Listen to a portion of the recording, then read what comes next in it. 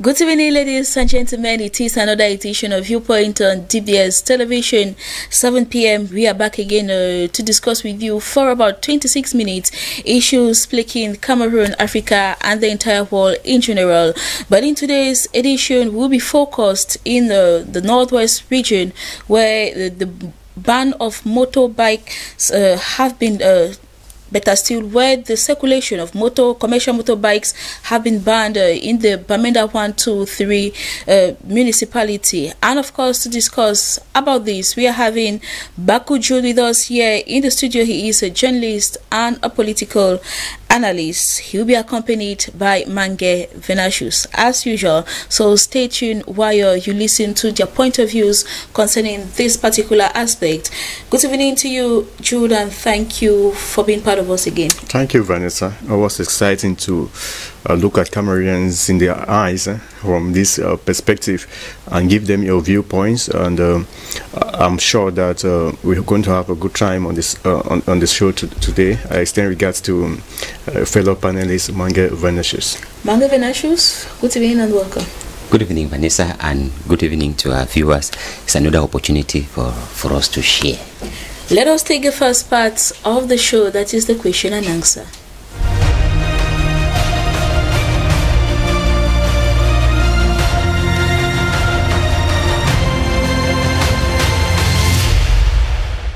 Once more, you are welcome back. Our first question: with the ban on commercial motorbike circulation in some neighborhoods in Bamenda, would there be any impact on the economy of the region?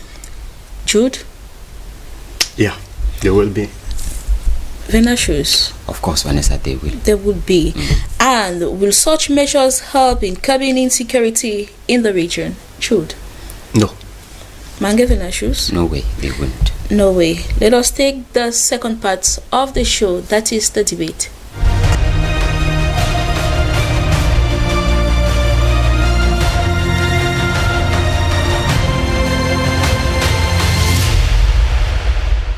Following the communique signed by the Northwest Governor Dovile Lafrique banning the circulation of motorbikes in some neighborhoods in Bamenda, we are trying to find out whether it's going to have an impact on the economy of the region. Baku Jude, you think that it's going to have an impact, but I would like to know, will it only be in the Northwest region or Cameroon in general? Any economic impact on the region has an adverse effect on the country. The tolls that were collected from bike riders in the city of Bamenda are gathered at the level of the region and paid to the national treasury would not still be high, and so it has an effect on the nation. But to carefully look at the Northwest region itself and how it's going to affect the economy of that region, especially the city of Bamenda, just to highlight here, Vanessa, that before now we've had some areas of the Northwest region where circulation of bikes had been stopped automatically. A good area to cite is Batibo subdivision. They had stopped bike from there from circulating in that town, and as the crisis keeps changing, metamorphosing to something else, we keep having new dynamics. And this time around, it's the city of Bamenda itself which is considered the economic hub of the region. Now, in the Northwest region itself, sometimes when I talk from a personal perspective. Okay. I've been a bike rider. I walked when I left school. Sometimes I'm sure it was around 2009 or 10. I had to, as a young man, I had to also hustle. This is Cameroon. Honestly, we've hustled. And I've been a bike rider like for 3 years in the city of Bamenda. And I can clearly tell you from every angle of that town, like someone who have been a bike rider. Yes, what we call an Okada man, I have been. So I can clearly tell you how it affects the ordinary bike rider in that city. There are more than, when I used to work there were more than 5,000 to 6,000 bike riders about 5,000 to 6,000 registered bike riders, meaning that over time they increased. Though with the AMBA crisis, some also reduced to a greater extent, because many of those who became involved in the bike sector, they were now seen and regarded as potential terrorists, because AMBA guys, their modus operandi, their mode of transportation is easily bikes. So many people also left. But to tell you that the bike riding business is one of those which helped a lot in the region. It kept a lot of unpleasant activities from the young people, like stealing. We didn't used to rest in Bamenda until when bikes came. Many of those thieves, sorry to say this, many of them get engaged into the bikes, and they were feeding their families comfortably. No one should deceive you. A bike rider has, and they earn good money, more than many of us who work in these offices. Truth be told, if you had to work and even save 2,000 francs per day, which most of them tax themselves for 3,000 at least, it is 30 days to give you 90,000. And many of those who are employed as secretaries in some of these offices around town here, they go to labor every day and complain they have not been paid my minimum wage, which is about 36,000 or so. So some of them earn more, and they live by that standard. They send their children to school by that standard. They use this same money for healthcare, for everything. Now, some of them had left their garages, their handwork, you know, their trades, their skills, their initial. They had left these things and engaged into bike riding, and for them, it is an easy and legitimate way of making money. Now the crisis has, like we always say, it has an economic effect on the population, and this time it's hitting hard. It touched the lawyers and the teachers in 2016. Gradually it's becoming a moment where it's going to torture the bike riders in that city, because if we're to wake up in the morning, you cannot go out to hustle. You have, our families are never 2 or 3 persons. Some people, I must tell you, you'll be surprised to go to some bike riders' houses and discover that their family members from the village are with them, 2 or 3. And you have to manage the whole household with your wife and 2 or more other children. How do we feed them? Because the city mayor, Paul Achombang, the other day, he said, the city mayor of Bamenda, he said that the decision is not to bring hardship on bike riders, but to make sure that they transform into taxi drivers, and it will still help the purpose. So I was struggling, honestly. It's tricky. It's tricky. How do you transform the bike rider into a taxi driver? And for what purpose? Does it mean that when we transform them and we have many taxis in town, AMBA guys won't still use the taxis? So for what purpose so when you struggle to have a connect, how many bike riders can afford a taxi? Even taxis, I know taxi drivers who abandon their taxis to do the bike, because bike is easier, it's portable, and it's even some. Yes, it's accessible because it carries their clients into the quarters. Into the quarters, and it's even profitable more. I'll shock you here. It's profitable than the taxi in many cases. Yes, taxi just to an extent has a little comfort, but bike has its risks, but it's profitable. And I've seen taxi drivers who abandon taxis to do bike. So at the end of the day, you ask yourself, you're taking this decision because of insecurity, but how much of insecurity are we going to have by you taking this action? How many people are going to stay home? Because those limits that you give, they will stay home, jobless, idle. When you say, the unfortunate thing is when you give, it's not like bikes should not circulate in Bamenda, but they have carved out areas. The city centers of Bamenda 1, for instance, where we have, in Bamenda 2, where we have in the outskirts of the town, somewhere around Aziri, for instance, for those who know that town, Aziri New Church, you say bikes should end there.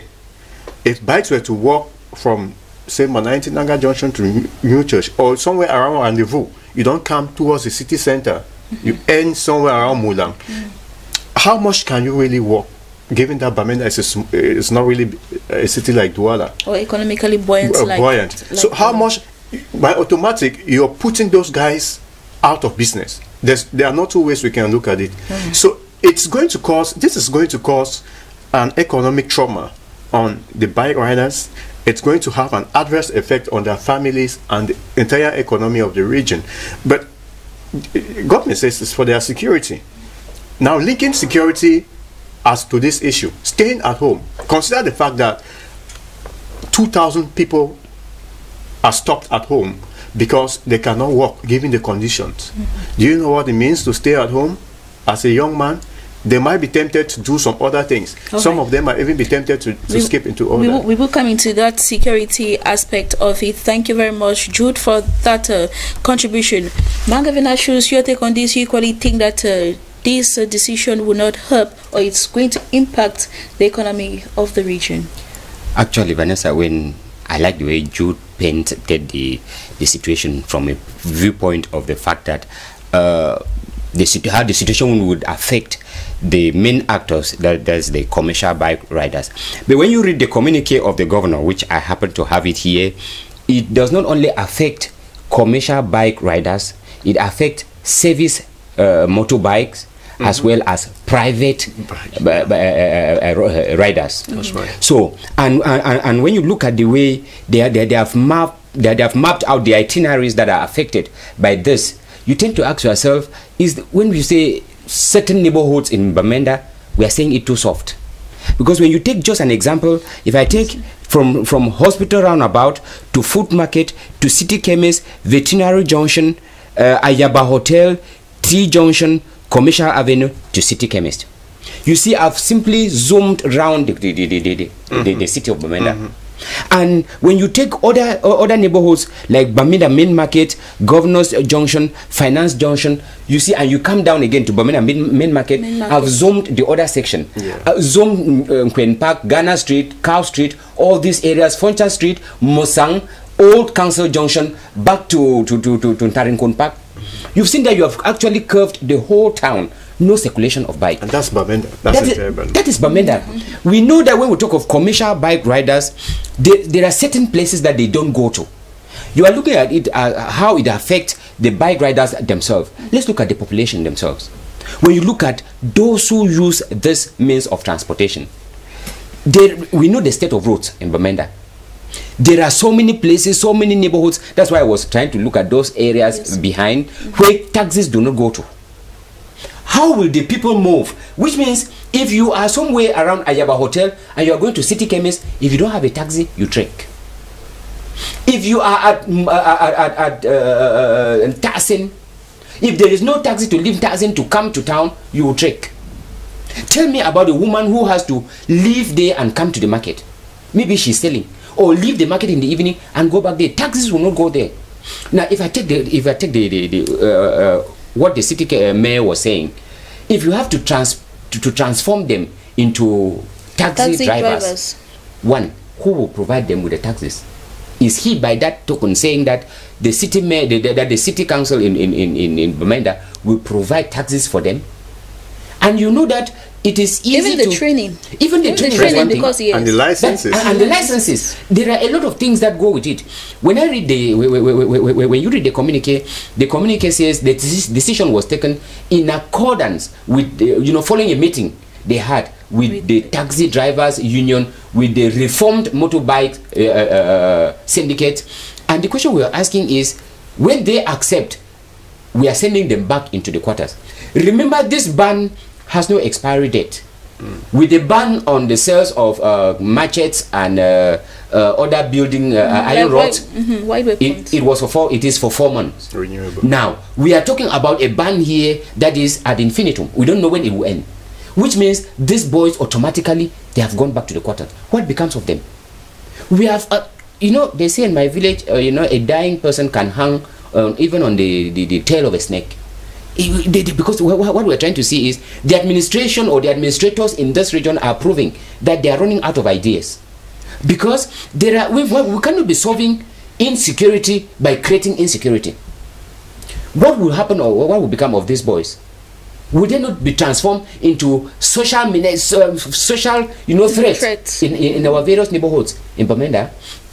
When we talk of, Jude was painting a situation where most of these commercial bike riders, they run their family by it. Vanessa, is not a question of most. Practically all of them, they are family heads. They have children. They have all. At the period we are about going to school, you stop them from functioning. how are they going to Some cope? of them even work to pay their school fee. Of course, we have university students who are bike riders. Mm-hmm. We have those who are in Polytechnic in Bamenda, they are bike riders. We have students in secondary school, they are bike riders during holidays now. That is when they work. But they will not be able to cope.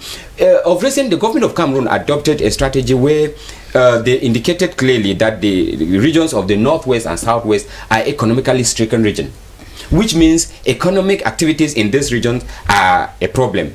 But then we go ahead and we stop another important economic activity in a region like Bamenda, and then we expect to say that we are trying to handle the insecure. Once these boys are not in activity, you will find most of them drifting into the amber camps. Because we identified, I remember during the major national dialogue, it was identified as one of the causes is that these boys were free. And that is why the DDR centers, when they came up, they had to train them in one vocational skill or the other. Now, so people had their source of livelihood. Now we have sent them to the quarter. What becomes of them? So I think that it's high time the governor and his, okay, let's keep aside from this morning, the images that we had is Bamenda is in another ghost town. Bamenda is in another ghost town. The economic activity, when we look at just because according to some information that we saw on the social media, it has been said that the Amber Boys also have resorted to ban the circulation of taxi drivers. Of course. In the region. Since the government have resorted to stop motorbikes, so they too are banning taxis from circulating. The thing is, by now, our government should have understood that the people they are fighting with, their motive, their mission is to see disorder, is to see that the place is like their paint, like they want to put ungovernable. When there's total chaos, that is when the separatists think they are winning. So when you give them the opportunity to create chaos, they are excited. So government is just paving way for them to do what they are doing. It's not just when you stop an activity which we are not taking our time to gradually integrate the bike riders into something else, we stop it abruptly. It affects everybody because the other necessary things are not put in order. Imagine that a woman who has to carry a bag of maize from her farm in Naka or somewhere around Bambui, and then move towards Nkwen to roast by the roadside and sell for fees, for feeding. That woman will not be able. Most of them use bikes. To hire a taxi. Taxi people have gone out of business in Bamenda because of the poor roads. To repair your taxi with that kind of road. So it's becoming challenging, and many testimonies from Bamenda today that people are trekking to work. Some people are trekking. The few who could trek, military is even sending back people to the house. So the truth is, each time we have decisions like this, there are always effects that come with it. And people are going to suffer the consequences in that part of the country because the forces of law and order now, they are struggling to make sure that they implement the no bike policy, be it a private or whatever. As they are struggling to implement, they are going to be causing havoc. But we want to also find out that how much does this decision really tie to the intention for which it was implemented? Or to bring security. By stopping bikes, you bring security. By stopping people from using machetes, you bring security. I think, like Vinasha said earlier, government or officials in that region, not just in that region, the government of Cameroon is totally short of strategy. But it's not like they don't know what to do. They are hard-hearted. They are fighting to win a war against the separatists. But they could also just take a minute and reflect on how to win the peace of the people. They really don't have, when you have leaders who think that it's about power, we have a leadership in this country that is very arrogant, an arrogant leadership. And when you have such people at the helm of leadership, it becomes a problem. You sit back, you take decisions that portrays you as the power, as a king, not as the leader. That's why you see even communiques that people come up with, like the communiques from Minister Njiatanga, you always have very hard words that do not pacify the people. You have people, you have them signing communiques. What's that ones to incite anger? Animosity, and all that, which is not important. At a moment like this, every word that a government official utters out there, we should see some love, we should see some unity, we should see some warmth and some compassion towards the people. But each time when you come with force, you come with power, you are going to the people. Peace is not the peace which they are fighting for. Peace is not physical. You don't fight like you're taking some peace to go and give people. Peace is an invincible state of mind, which you cannot force on people. Rather, the government creates fear, and the government has also struggled now to work in a way that people rather fear. You see someone who is scared to say that I am for federation, I am for separation. People don't, that freedom of speech is not there. People hide under some certain kind of people and say, no, but in them, they'll just say, I'm a Cameroonian. I'm a Cameroonian. But inside of them, we know what we are breathing. So we need a mindset drift, even at the level of our leaders. They need to start changing the narrative of those cosmetic measures they are putting in place. Banning of bikes, regional election, special status. It's true. This should be done within a context which is aimed at bringing true peace. Because for now, they are always struggling to tussle, to fight, and to win the separatists. The separatists you can fight that war with them for years and still not win the peace. So my advice, my plea, and my reasoning is that we start by scrutinizing what we even send out there as decisions. Could people just sit back because they are administrative authorities and take anything that even is not visaed by any parliament? We have people who represent us in this country, not just the government. We have parliamentarians from every part of this nation. How much do they have a say in some of those decisions that are taken on us? Are they, even after the decisions, most of them are sleeping them in Yaoundé. They are not asking questions. I'm not seeing them coming out to say, no, the decision you have taken on the people in this constituency is not the best. And this is what we can do, or educating the people that this decision was taken for your good. These people, these parliamentarians, and this is how senators, we can go about it. How we can go about it? They are sleeping because they are also wallowing in that same fear. Cameroon has become it's a semi-dictatorship. I don't want to really qualify it a dictatorship. It's a semi-dictatorship where voicing of opinions, it's free. You can voice your opinion, but to a larger extent, those up there, they have developed thick skin and deaf ears to public opinions. They behave like nothing is happening. Anything you say, they trash it, and they come back to bully you. If God Minister Tanganji's message after the convening of the electoral college for you see people who have that potential of inciting. All right. Even as leaders. All right. Probably we'll come back to that. So, in the second question, you think that these measures banning motorbike circulations in the Northwest will not help to curb insecurity? The Amber Boys have also adopted a strategy of this is a warfare we are talking about. It's not just anything, and we are talking about armed groups, deadly ones that behead people. So you think that stopping bike circulation stop the activities?